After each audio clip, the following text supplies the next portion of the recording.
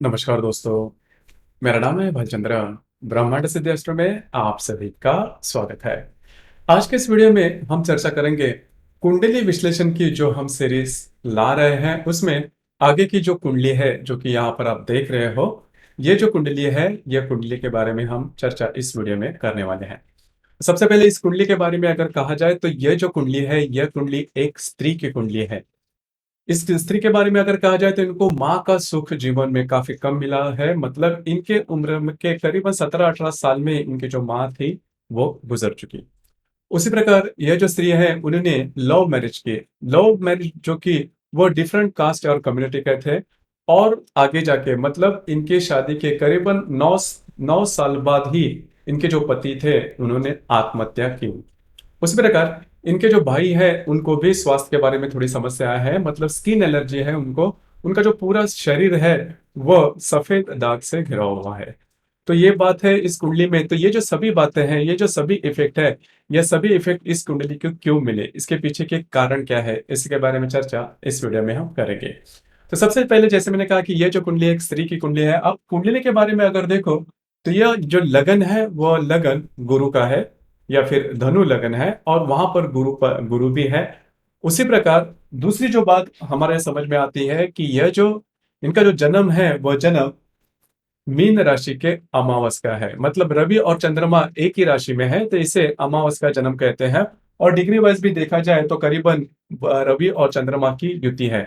तो यहाँ पर नॉर्मली हम क्या करते हैं कि जब भी हम कुंडली देखते हैं, लगन कुंडली, तो लगन के हिसाब से देखते हैं। मतलब लगन की जो कुंडली है उसी हिसाब से देखते हैं कि कुंडली में जो भाई बातें जो इफेक्ट है वो किस प्रकार से मिल सकते हैं। लेकिन अगर अमावस की कुंडली है तो आपको जो चंद्र कुंडली है उससे देखना ज्यादा आवश्यक होता है, क्योंकि वहां पर रवि और चंद्र एक साथ होते हैं।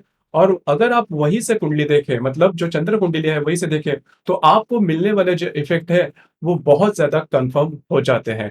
वो कैसे, उसके बारे में चर्चा करेंगे। जैसे कि अब यहां से अगर आप चर्चा करते हो, मतलब यहां से अगर आप देखते हो कि चंद्रमा की कुंडली से, तो चंद्रमा की कुंडली जैसे ही कोई भी अगर कुंडली, मतलब कोई भी जगह जन्म अगर अमावस का है तो आपको थोड़ा सा उसके बारे में ध्यान देना आवश्यक है। क्योंकि अमावस में होता क्या है कि चंद्रमा का जो बल होता है वो काफी कम होता है, बहुत ही कम होता है। इस वजह से यदि किसी महिला की उस वो कुंडली होगी तो उनमें स्त्रीत्व का भाव होना थोड़ा सा कम होता है। मतलब उनमें स्त्रीत्व कम हो सकता है। मतलब ये पूरा सच नहीं है, क्योंकि अब आपको जो कुंडली है वह संपूर्ण रूप से जान लेना आवश्यक है। क्योंकि कुंडली के जो षष्ठेश अष्टमेश है वो भी जान लेना आवश्यक है। लेकिन मोटे तौर पर अगर देखा जाए तो दो तीन बातें हैं वो उनके बारे में हो सकती है कि ऐसे जो व्यक्ति होते हैं उनको उनमें मतलब स्त्री वर्ग होता है तो स्त्रीत्व कम हो सकता है, या फिर माता का जो सुख है वो कम मिल सकता है। क्योंकि अमावस में होता क्या है कि चंद्र का जो बल होता है वो काफी कम होता है। वैसे भी देखा जाए तो अमावस के दिन चंद्रमा दिखाई नहीं देता, इसी कारण चंद्रमा का जो बल होता है वो काफी कम होता है। अब यहाँ पर भी अगर आप देखो तो चंद्रमा का जो बल है वो काफी कम है। तो जैसे कि, और ये जो चंद्र है वो चंद्र नेपच्यून के केंद्र योग में है। हर्षल नेपच्यून ये जो ग्रह है वो भी ज्यादा, बहुत ही ज्यादा इफेक्ट करते हैं। चंद्रमा के प्रतियोग या फिर केंद्रीय योग में यदि नेपच्यून होगा तो ऐसे जो व्यक्ति होते हैं वो मानसिक रूप से थोड़े से कमजोर हो सकते हैं। मतलब उनकी जो मेंटल स्टेबिलिटी है वो थोड़ी कम हो सकती है, बहुत ज्यादा भावुक हो सकते हैं, बहुत ज्यादा इमोशनल हो सकते हैं। उसी प्रकार माँ का सुख मिलना थोड़ा कम होता है। तो यहाँ पर आप देख सकते हो कि माँ का सुख इनको वैसे कम मिला है। उसी प्रकार बहुत ज्यादा इमोशनल है, क्योंकि ये जो राशि है वो भी काफी ज्यादा इमोशनल है। मतलब जो मीन राशि के व्यक्ति होते हैं, खास करके जो स्त्री वर्ग होते हैं, वो बहुत ही ज्यादा इमोशनल देखे जा सकते हैं। जैसे कि आप यहाँ पर अगर चंद्रमा का चतुर्थ स्थान जो है, मतलब चंद्रमा के चतुर्थ में यहाँ पर जो राशि है वह मिथुन राशि है। तो मिथुन राशि का जो स्वामी है वो भी बुध। यहाँ पर अगर आप देखोगे तो वह मेष राशि में है। तो बुध की जो मेष राशि होती है वो शत्रु राशि होती है। इस वजह से भी इनको जो माँ का सुख है वो काफी कम मिला है। अब हम चर्चा करेंगे कि उनके, मतलब उनका जो विवाह हुआ था वो प्रेम विवाह होता। तो प्रेम विवाह क्यों हुआ है? क्योंकि यहाँ पर शुक्र के ऊपर मंगल की जो दृष्टि है वो आप देख सकते हो। उसी प्रकार जो पंचमेश है चंद्रमा का, जो पंचमेश है, चंद्रमा ही पंचमेश है चंद्रमा का, तो वह लगन में है। तो इस वजह से भी कई दफा अगर मंगल की दृष्टि भी यदि शुक्र पे आ जाए तो रिलेशनशिप में आने की संभावना काफी ज्यादा बनती है। लेकिन यहाँ पर एक दूसरी भी बात है कि रिलेशनशिप में तो आते हैं, लेकिन मंगल की दृष्टि यदि चंद्रमा पर है, मंगल की दृष्टि यदि शुक्र पर है, तो विवाह सुख में काफ़ी ज़्यादा दिक्कतें आती हैं। पति-पत्नी में बहुत ज़्यादा प्रॉब्लम कॉम्प्लिकेशन हो सकते हैं। तो यह बात यहाँ पर भी हुई जैसे कि ये इनका जो विवाह था वो प्रेम विवाह हुआ। क्यों? इसके पीछे के कारण मैंने कहा इनका जो पंचम मेष है वो लगन में है, चंद्रमा है और शुक्र पर जो मंगल की है वो चौथी दृष्टि है। अब यहाँ पर इनके जो पति है उन्होंने आत्महत्या क्यों की? आत्महत्या क्योंकि इनके जो पति है वो कुछ काम-धाम भी नहीं करते थे तो मतलब पति का जो सुख था वो भी कम था, लेकिन उन्होंने आत्महत्या की। इसके पीछे के कारण अगर आप देखोगे तो शुक्र पर मंगल की जो दृष्टि है वो तो ठीक ही है, उससे जो विवाह सुख में बाधा आती है, लेकिन सबसे इम्पोर्टेंट बात शुक्र जो है वो हर्षल के केंद्र योग में है। शुक्र यदि हर्षल के केंद्र योग में होगा, केंद्र योग में होगा, युति योग में होगा, प्रति योग में होगा, तो ये मान के चलिए कि आपको विवाह सुख में बाधा आनी ही आनी है। तो जो जैसे मैंने कहा कि हर्षल और नेपच्यून जो दो ग्रह है वो सबसे ज्यादा महत्वपूर्ण होते हैं। जैसे कि हमने चंद्रमा के बारे में भी देखा कि चंद्रमा के केंद्र योग में नेपच्यून है।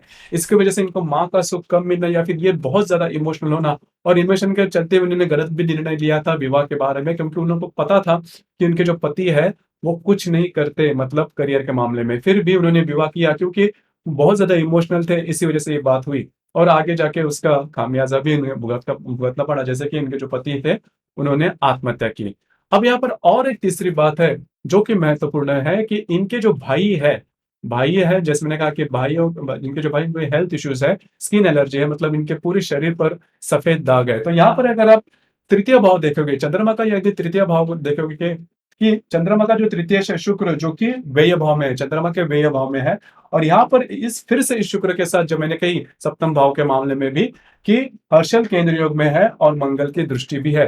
तो इनका जो भाई है उनका उनका भी विवाह नहीं हुआ है और उनके पूरे शरीर पर सफेद दाग है। तो इसी प्रकार से आप जो लॉजिक है वो ले सकते हो भावेश तत्व पर या फिर जो भी महत्वपूर्ण ग्रह होते हैं, जो भी कारक ग्रह होते हैं, उनके बारे में ये आप लॉजिक ले सकते हो। अब यहाँ पर और एक बात है, जब भी आप विवाह सुख में के बारे में सोचते हो, तो नवमांश देखना बहुत ज़्यादा आवश्यक है क्योंकि यहाँ पर आपको कन्फर्मेशन मिल गई कि इस कुंडली को विवाह सुख के मामले में प्रॉब्लम दिक्कतें आ सकती है। तो हम ये कन्फर्मेशन जो नवमांश कुंडली है वहाँ पर भी ले सकते हैं। जैसे कि नवमांश कुंडली में अगर आप देखोगे तो जो शुक्र है जो कि मिथुन नवमांश में है उस शुक्र के साथ नेपच्यून है, उसी प्रकार शुक्र के प्रतियोग में रवि और हर्षल भी है। तो यहाँ पर भी जो शुक्र है वो नेपच्यून के साथ है नवमांश कुंडली में और प्रतियोग में रवि और हर्षल है। इस तरह से भी आप इस कंफर्मेशन पर पहुंच सकते हो कि इस कुंडली को विवाह सुख मिलना करीबन कठिन था या फिर कठिन हो गया है। तो इसी तरह से अगर आप लॉजिक ले लेते हो तो आपको कुंडली के बारे में विश्लेषण करना बहुत ही सहज हो जाएगा। आपकी जो दृष्टि है वो तैयार होनी चाहिए। सबसे महत्वपूर्ण बात आपको ये मालूम होना चाहिए कि किसी भी ग्रह के जो महत्वपूर्ण राशियां हैं वो कौन सी है, नक्षत्र कौन से हैं या फिर उस ग्रह के योग प्रति युति केंद्र प्रतियोग में कौन से ग्रह आ रहे हैं और उसके जो फल है वो किस प्रकार से मिल रहे हैं। तो उसके बाद आप कई प्रकार के जो प्रेडिक्शंस है वो ले सकते हो किसी की भी कुंडली के बारे में। आपको ये वीडियो कैसे लगा? आपने किस प्रकार से अनुभव किया? नीचे कमेंट बॉक्स में ज़रूर कमेंट करना और अपना जो चैनल है ब्रह्मांड सिद्धि एस्ट्रो इसे भी लाइक, शेयर और सब्सक्राइब ज़रूर करना। धन्यवाद।